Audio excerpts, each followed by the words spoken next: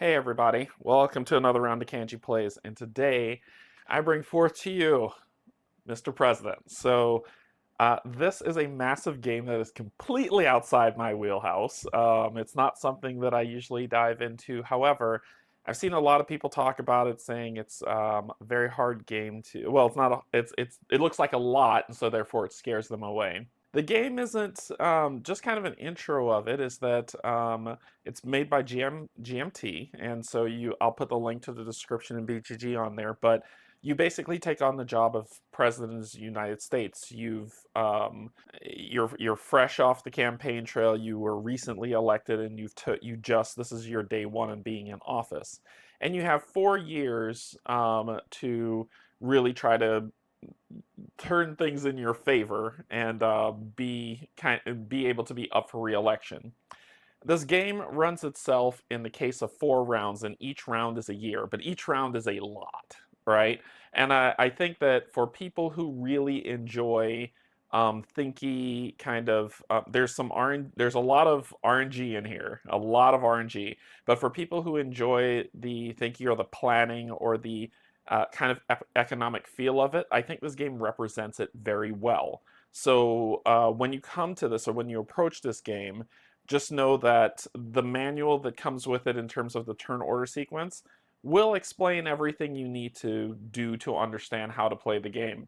And in the book itself, it just kind of outlines and says that you'll probably be beholden to that book for your first couple playthroughs of your 4 years, and then or of a full game, and then afterwards you'll start to get used to everything, and therefore then you won't need it as much.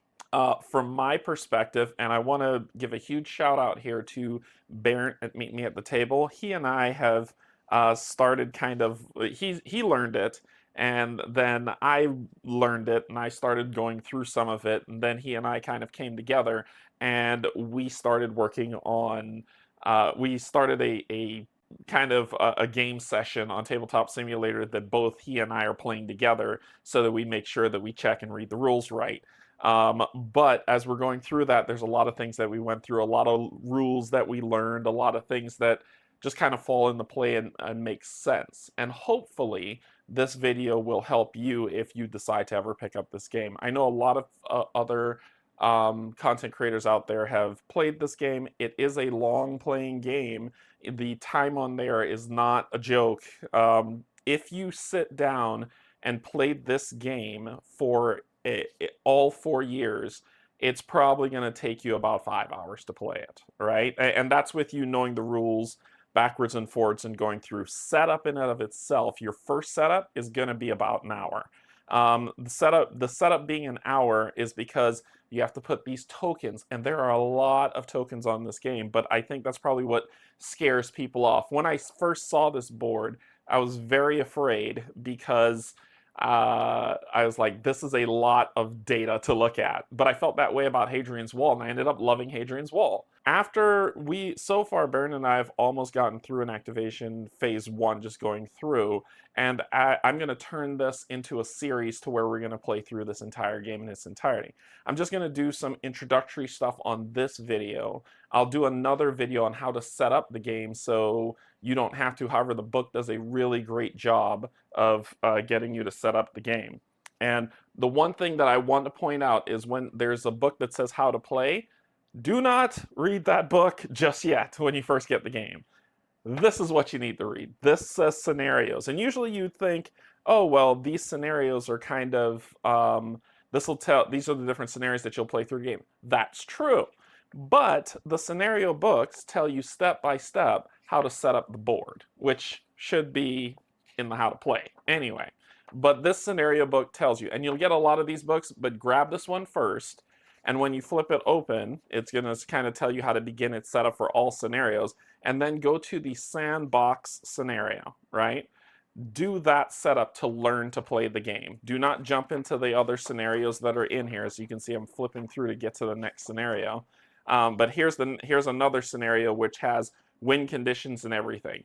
Do not go there first. Open the book, follow these steps, and then do the sandbox scenario. That's going to help you set up the game so you can actually learn to play the game and just slowly take your time and walk through it.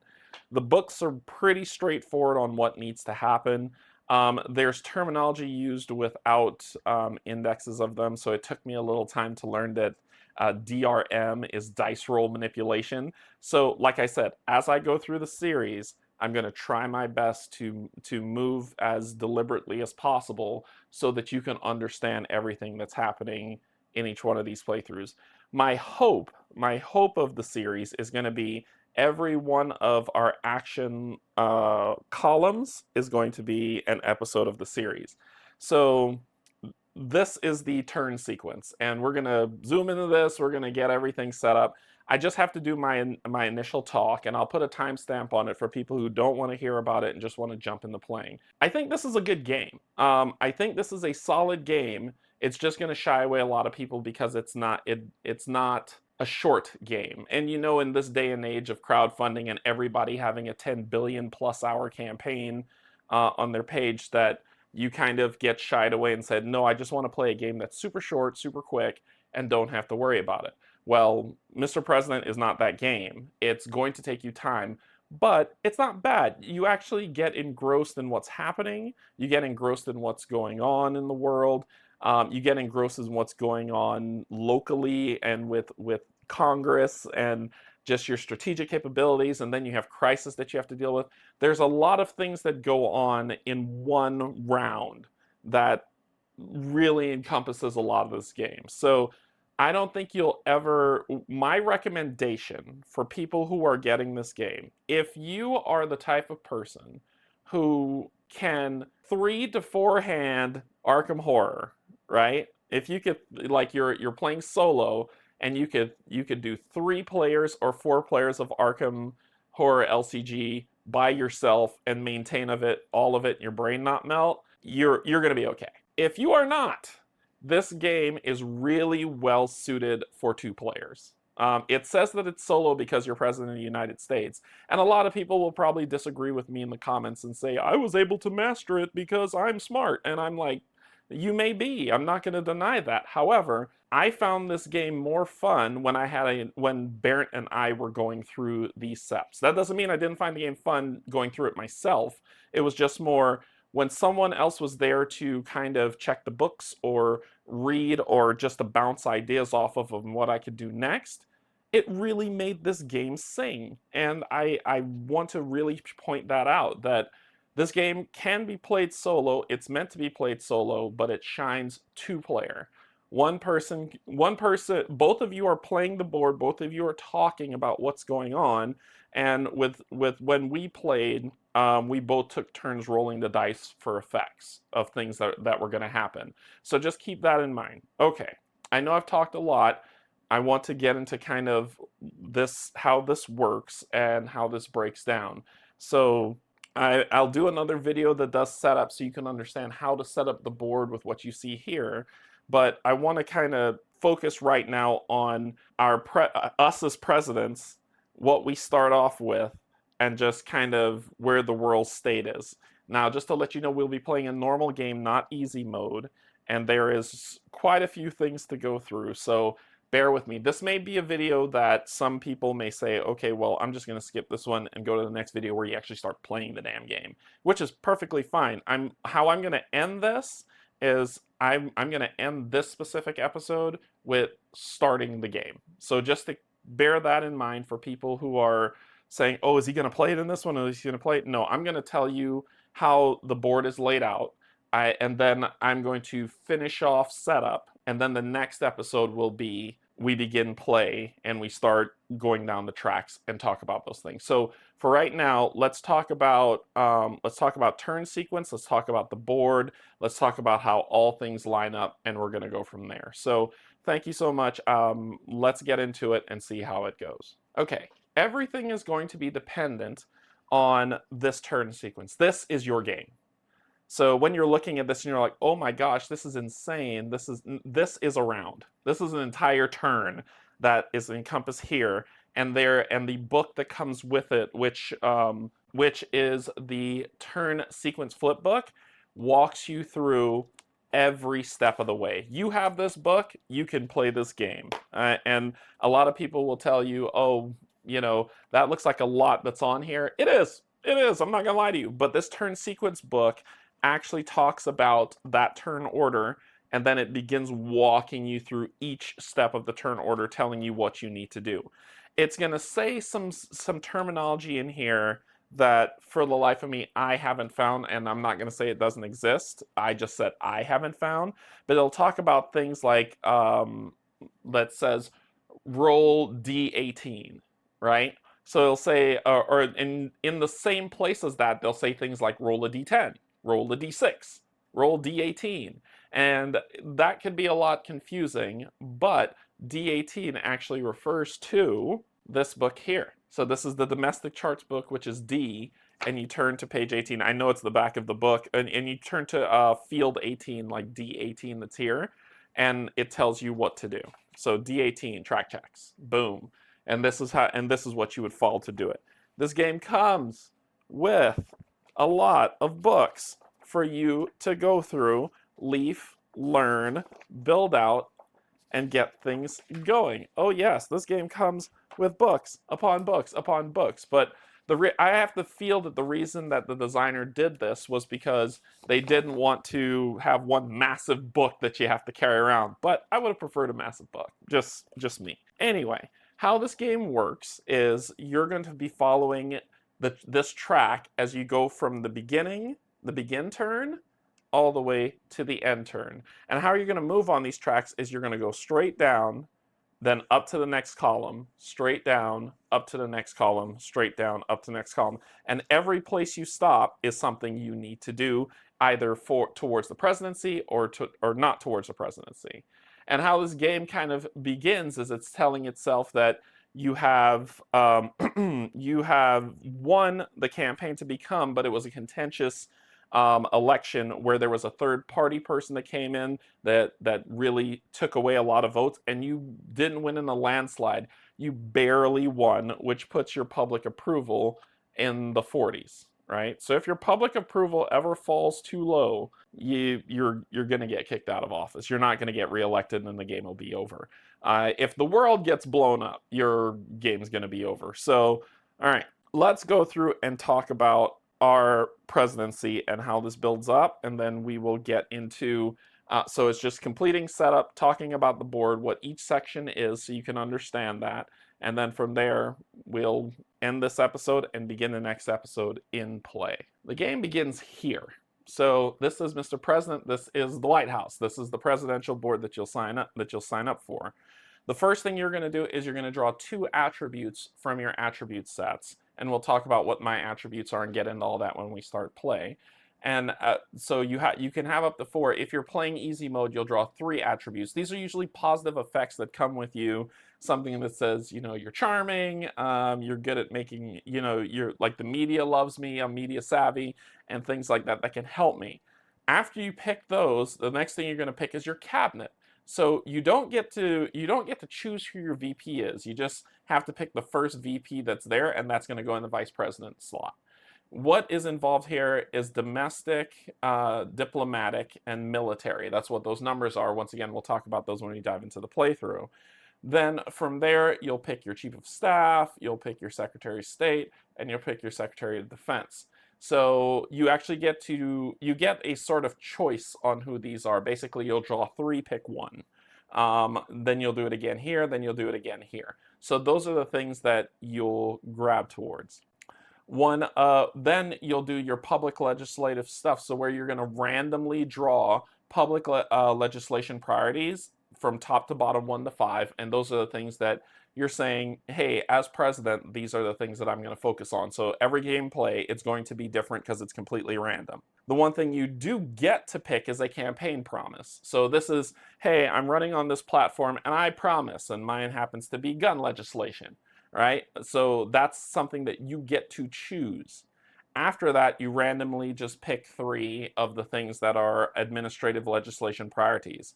If you don't deliver on your campaign promise, people are going to get mad at you and they're going to hate your guts. After which, after you selected these, you then get to select an exceptional White House resource, which is there's 5 cards of these, and you get to pull them. This is the one I pulled. Once again, we'll go through it in the later on in this setup so you can see everything that's there.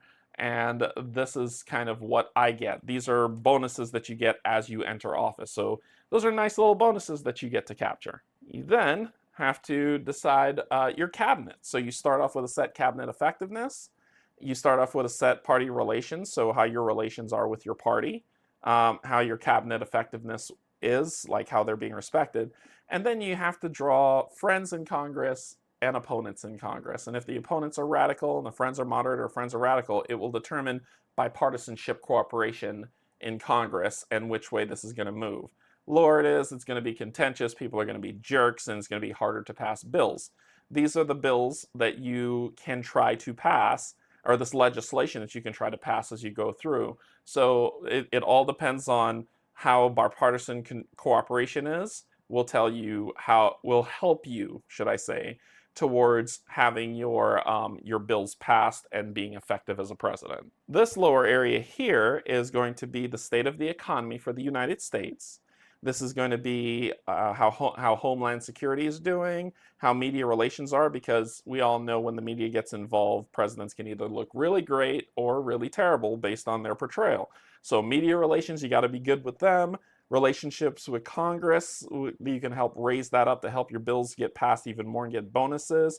United Nations opinion of the U.S. as that goes down as the world views you. So like I said, this is a game of politics. That's what this is. This is a game of pure politics. So just think of it like that. If you're like, ugh, I hate politics, I can't stand it, this may not be the game for you. But if you're like, I don't like it, but I'm interested to see how it works, I think you'll be pleasantly surprised with how this shakes out. This display over here is conflict tracks, how the rest of the world responds to the rest of the world. So US and Iran relations and conflict and relative strengths on who has control. So right now, the US is the more dominant.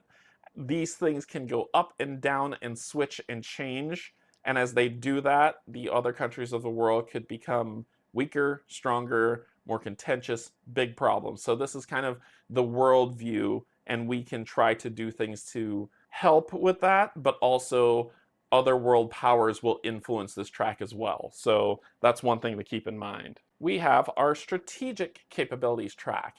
So things like cyber warfare or strategic recon and intel gathering, or I can't see that one, space warfare. Right now when the game starts, this is where the US, Russia, and China are, the superpowers are in terms of that relative set. So you will have to, these are our US military assets that we can probably deploy if we pass a proper bill to help with that. With expanded military, we could get more military deployed, so they're just kind of in skunkworks being built right now, but if we pass a bill, we can then deploy them. Otherwise, we are just, you'll see when we get to the world side of the board where we're deployed.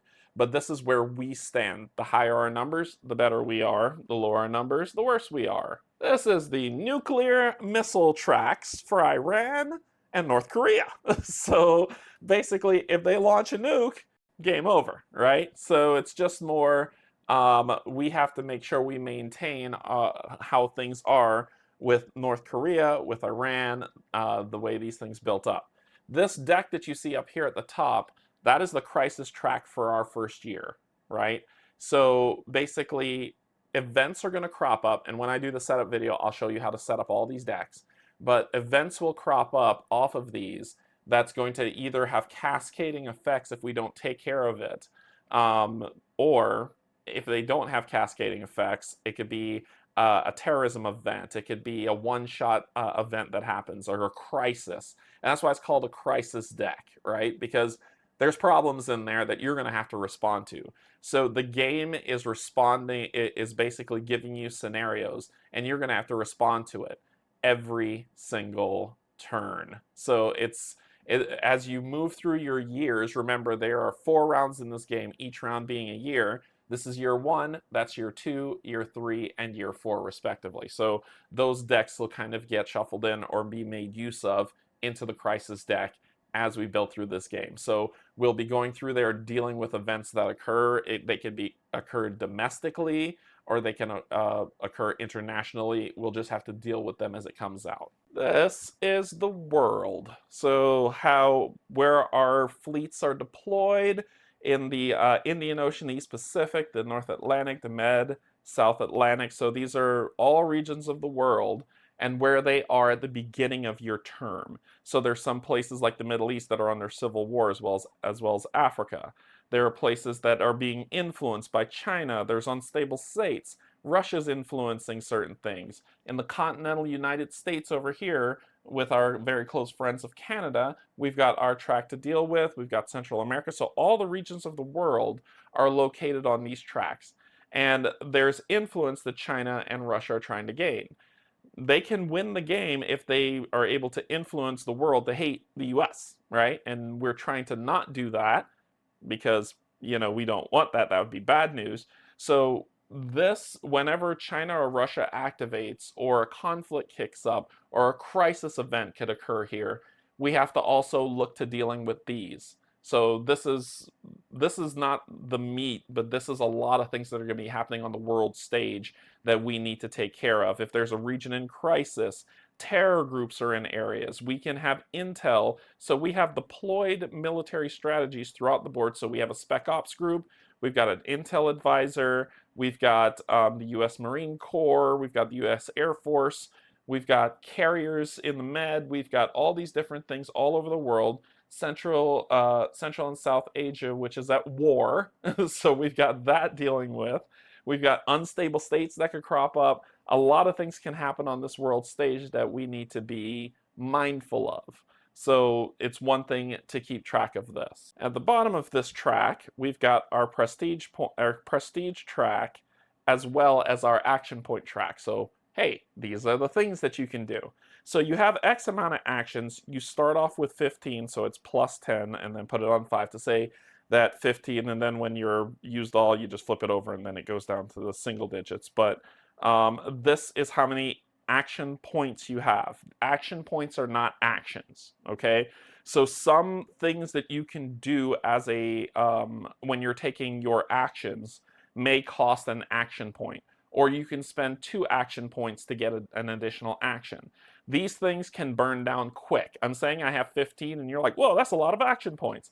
It's really not, because I have to go through an entire turn with just this number. There are some minor things that can give us more action points, but by and large, what you start with, and there are ways to get some extra, but what you start with is all you have for your year.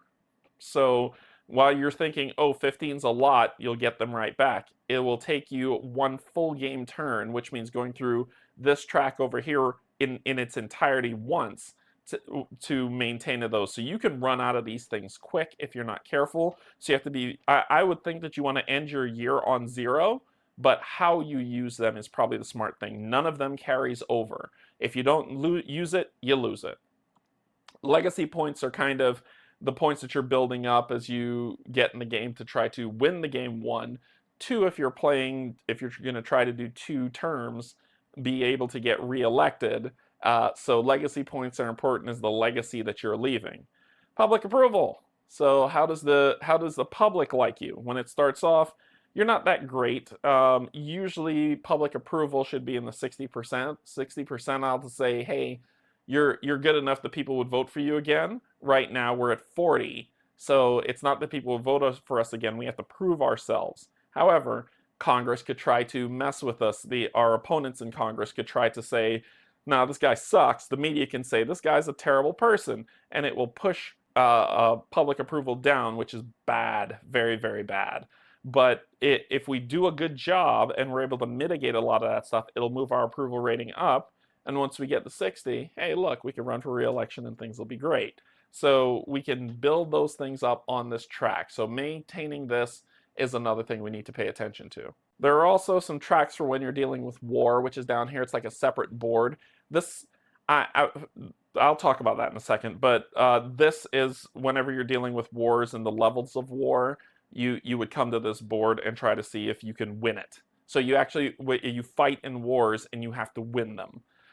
This is just an extra holding for different things that'll go onto the board. So when you see all these tokens, these are just kind of like, think of it as cups. These are just cups. This is just a board to just hold extra stuff that may potentially be put on the board for you to go. So just to keep that in mind. I've gone through all of the board for what we have to play, and it doesn't, once again, it doesn't seem like it's a lot. But there's a lot of tokens, there's a lot of things happening, but notice I just ran you through the entire board and you're like, oh, okay, I get it. And that's how this game plays. This game plays where you just sit there and you're like, oh, okay, I get it. and you just go through phases and build outs of that as you play. It's very purposeful in how it's set up, and I think that's what can make it a good game if you're able to sit through. If you can have a table or a space that you can set this up and leave it set up, take some turns, walk away, go do something else, spend some time with your family or your loved ones, and then come back and play it again, I think that's where you'll find that you really enjoy your playthroughs of this game. The times where, like for instance, we stepped away in column 1, like we're on the other side of column 1 and we stepped away from it, but when we came, but we're both saying, but we really like this game. It's a lot of fun, and I think that that's true to it. So let's get our final build-up set up. I've talked a lot about what you see, and as I go through us playing, I will then let you know, everything else will become pretty clear on what's there. So without further ado, welcome to Mr. President. Canje is here to be president for 4 years, to see if I turn this into a smoking crater with my dice rolls, because everything is dice roll based, or, yeah, I do all right. I do all right. People say that Canje guy is not as terrible as we thought, and we'll bring it back to him. So without further ado, let's get into Mr. President, and I hope you enjoy kind of this series. I really, really do, because I think this game needs to get a lot more credit than what it gets purposefully. So let's get into it. Okay, so one of my first attributes that I pull is that I'm media savvy, which means I get +1 to media relations per turn. So basically at the beginning of, or during the start of my turn, this automatically pushes my media relations up by 1, because they love me, they think I'm adorable, and so therefore every single turn, so basically for every turn, which means 4 turns total in a game, I will boost media relations up by 1 because I'm media savvy. The next one I have is domestic focus. So this is one where it was more, I was saying, well, I needed to think about kind of how this sits, right? -1 DRM. For people who are going to get in, they'll say, what the heck does DRM mean? I have no earthly idea. DRM is dice roll manipulation. It took me a second to figure it out as well, but it says I will do my dice, so whatever I roll, I will -1 from it when I deal with a domestic crisis or an LDI. An LDI means lingering domestic issue.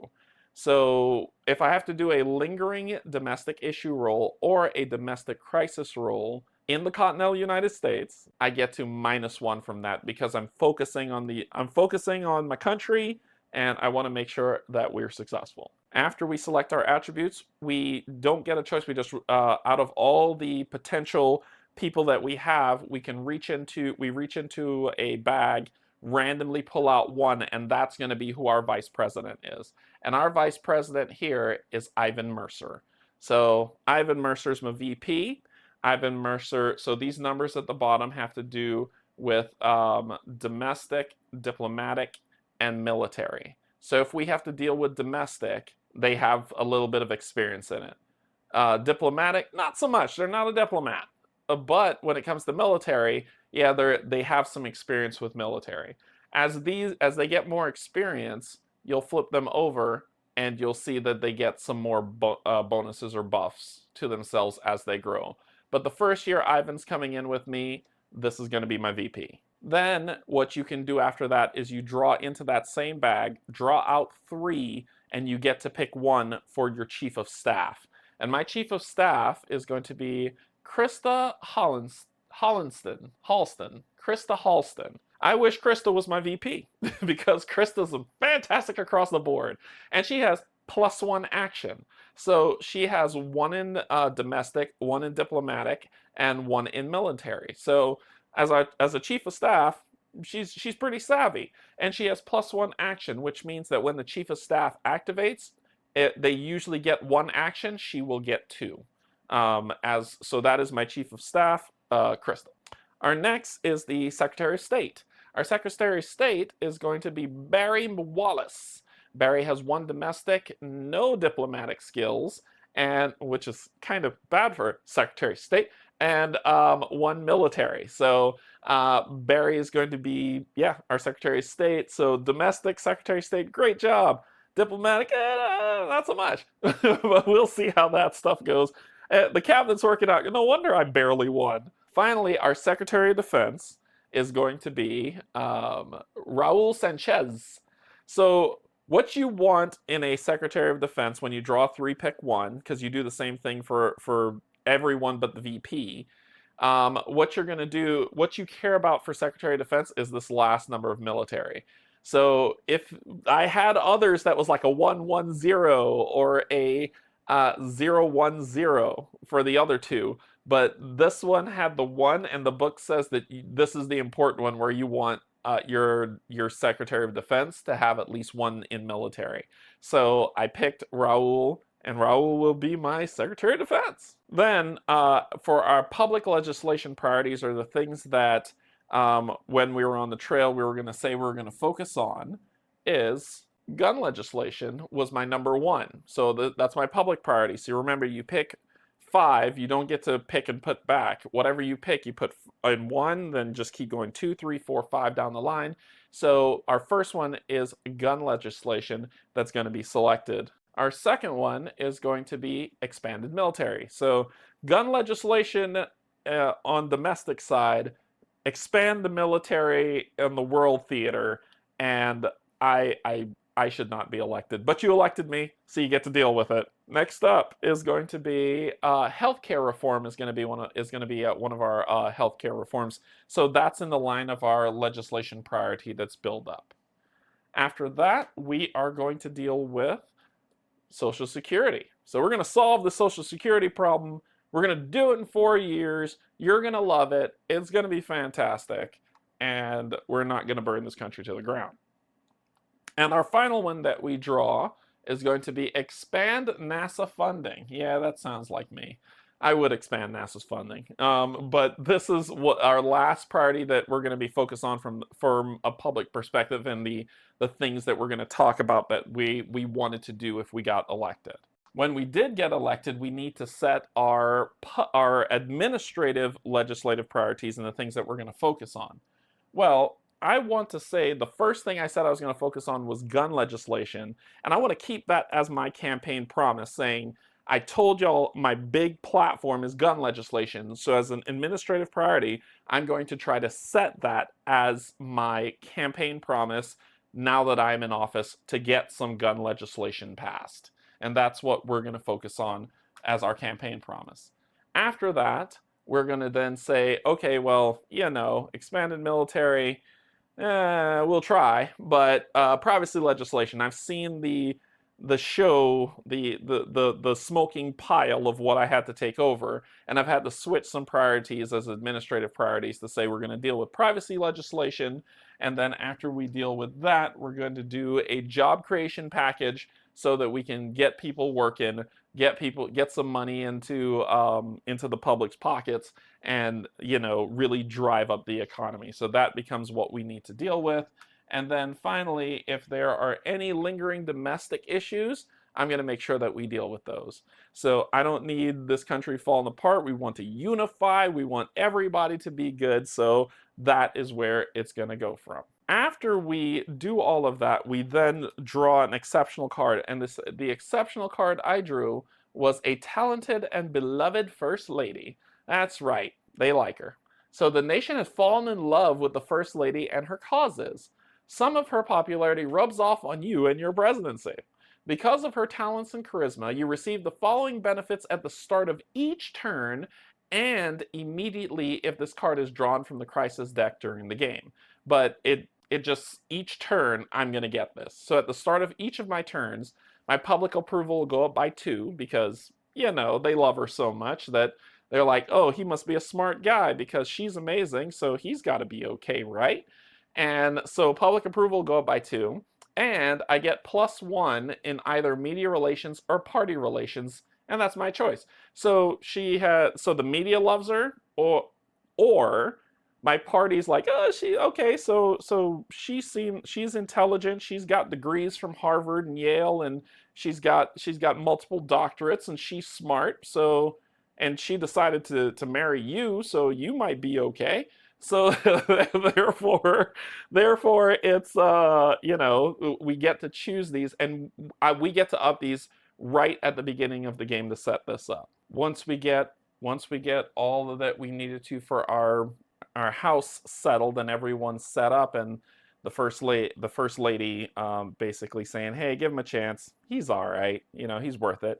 We then go over to Congress, and we need to elect our Congress. So let's take a look at who we got as our friends and our opponents in Congress. What basically happens is you go and you draw out of the friends cup or the friends bag, or however you're going to hold these out, and I've drawn 2 friends that are both moderates. So basically Julia Chen, who's a moderate, and Kalai Tamaki, who is another moderate. So usually some of them, yeah, both of them are moderates on both sides, but you would flip them either side, and whichever one comes up radical, radical's the one that's going to get put up. But they're both moderates. This one has a 2 to media, so they can help me with some media stuff. Julie is amazing at talking to the media, and so therefore that'll work. And these will be our friends in Congress. But we've got enemies in Congress. We've got the radical Estelle Lamb, who really doesn't like me that much.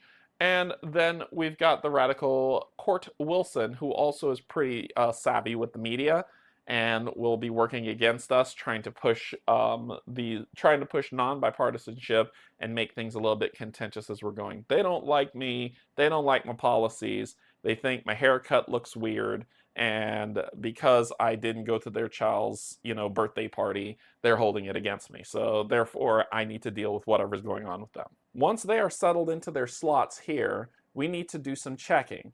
If there are more radicals on my side than on their side, I get to gain control. My party would control both houses, but there aren't. There's more radicals than my moderates, so therefore my party won't control, or won't be split because it's 50-50. So my party doesn't control both houses, and because there's more radical than that, bipartisanship is pushed down to start. So that's where it's going to sit. If it was equal, it would sit at 1. If I won, I would push it up to 2. But these will, when we're trying to pass bills, this is the important area right here that we're going to come to when we're building those out. So that's how it's set up for us to begin. You'll also notice our party relations, the default is set on 6. So we'll set it, which means we can have 4 friends in Congress max. But we can push that number up and get up to 6, which can really help us get bills passed. Our cabinet effectiveness, this moving up and down basically per round, what this does is it gives us extra action points that we can use throughout the game. So the higher the cabinet effectiveness is, the more action points we will gain at the start of each round to be able to do a lot of things, and use those action points to gain more actions, to instill different actions, so getting those going. When we need to deal with focuses, we'll get to this in the gameplay as we're going, because this is part of kind of doing setup and setting priorities. This isn't part of setup, this is part of a turn sequence that I'm not going to mess with this just yet. All right, with everything fully set up, we've got a setup game, we're ready to run with it. The last thing we do, and like I said, when I create a setup video, I'm going to tell y'all how to get these decks set up for your game, but I'm going to do that actually after we play. I'll do a setup video, and like in the recorded series, I'll put it at the front so I don't have to tear everything down and then reset everything back up. We'll do a full setup so you can see how that goes. But what we have here, and I put little tags here to remind me what's there, but this is what's called cascading events. And what they want you to do is the ones that are not part of the crisis deck or that has been put off to the side, just give those a shuffle and draw 2, 1, and 2, and just do their introductory current items that come on to these two that we're going to be dealing with. So how this is represented is when you took office, this is what was going on. So you have to, this is what you're taking over. This is your fun to deal with. Have a good time with it. Our first is going to be presidential election scandal. Fantastic. This looks like a lot of stuff on this card, but honestly, what you care about is just what's in this box that says C. After that's done, it's going to go on, because it's a cascading, it'll go into the 2 deck, and then if we ever have to play it off the 2 deck, we'll do down here, and then it'll go into the 3 deck, and then if it's on there, then we got to deal with this. So there was, oh boy, if you have the Teflon POTUS attribute, make a presidential prestige check. So I do not. I do not. So I do not have that as an attribute, sadly. I really wish I did. But otherwise, you are being investigated for campaign irregularities, illegalities. Place a new POTUS scandal counter in the breaking scandal box. -2 to public approval, and -1 to is RWC. So the first thing we're going to do is we're going to take one of these tokens that says it's a POTUS scandal. I'm going to have to deal with that. That's fun. That's fun. So I'm going to put that in the breaking, put this in the breaking scandal box. Let's take a look at that. So this is the breaking scandal box that's here. So we're going to take this and put a POTUS scandal right there that we're going to have to deal with. We're going to come down here on the track, and we're going to do -2 to public approval. So we're at 40, so we're going to 38. There was some we were still confused and didn't really get a sense of how to do this. I'm assuming this track moves by 2s. So for this playthrough, I'm going to go 40 -2 is 38. So instead of moving 2 boxes, which is really hectic. However, in the playthrough that I did with Barrett in terms of training, we just moved them 2. So if anybody knows, I could not find in the books the difference between the 2. So if anybody knows, let me know. But for right now, I'm going to say -2, which takes me to 38 on public approval. We got a scandal going on, and we basically say we have -1 to RWC. RWC stands for our relationship with Congress. So this is the one thing where I wish that there was a, and this is something that we're going to run into, but I'm going to try to break these things down for you all as best as I can, because if you run into it, you'll do like I did and spend a lot of time. I really wish there was kind of a key word index that just kind of says, hey, this is what they mean. And I might end up writing one, because those shortcut words that a lot of people who are very good or play this game a lot say, oh yeah, I know what that is. People who are approaching this game won't know what that is. So I think as I go through this, I'm also going to keep a running list of terminology so that you can get that, and I'll put it in the description of this video, which is going to be a Google Doc, so that I'll just kind of keep that as a living document that's going to update each one. So you'll say, what does RWC mean? Let me go to this doc. Oh, okay, that's what it means. So I can go look there. But RWC, relationship with Congress, so it's going to do a -1, which is going to put us from a 5 to a 4, which isn't that great. We want to make sure that we raise that up. But that was our first scandal. So let's take a look if there's anything else on the card. So POTUS scandal, the counter, in breaking scandal, we got -2 to public approval and -1 relationship with Congress. We stopped there because there's that break line. And then what you're going to do is you're going to take this card and you're going to put it into face down into the deck, the 2 deck slot, because it could come back up again. And this is a cascading event, which means something else is coming up because of this unless we deal with this. And we need to deal with this or else it's going to become a big problem. So what we're going to do is we're going to take this and we're going to put it face down into where it says 2 deck. So that's something that's recurring. We then need to deal with the next one. So let's take a look at what this is. Oh, sweet. Place a worsening economy counter on the Eurozone, state of the economy +1 to regional crisis in the Eurozone. So Europe's have it stagnation in Eurozone economies creates higher unemployment and widespread protests. And that's something that we're going to need to deal with. Hey, that's what you get for being top dog. So let's take a look at the board and what this means for us. All right, so in the Eurozone, I already had one going there for you, but in the Eurozone, you're going to grab one of these tokens. I didn't move this off when I was playing, but it has worsening economy on it, right? So you see where it says EU SOE, which basically is the state of the economy. You take this token and put it on that, but wherever that token is, you take it there and place it, and then you look at the regional crisis, which is set here at 1. It's going to increase itself by 1, which means the regional crisis is growing. When it gets up too high, there's a major crisis and we got a big problem. So we need to help the Eurozone mitigate a lot of that. And there's a lot of Russian influence going on there. So we're trying to work that out. We need to get rid of that. There's legislation or actions that we can take to work on that, but we'll see when we get into the playthrough. So that takes care of that. That was the only thing on that card that we had to deal with. So we'll take that and put it face down in deck 2 because it's a cascading event. And then the game is ready for us to play. So as you can see, even with that minimal setup, I was able to explain a lot of this because it wasn't that I played this game 50 times. This book that they have here, which is the turn sequence flip book, is actually this and the scenario book are going to be your best friends. They are actually very well put together. The book is very well documented to be able to walk you through each of the turns, and this is what we're going to do. So just to reiterate, what are we looking for in this playthrough?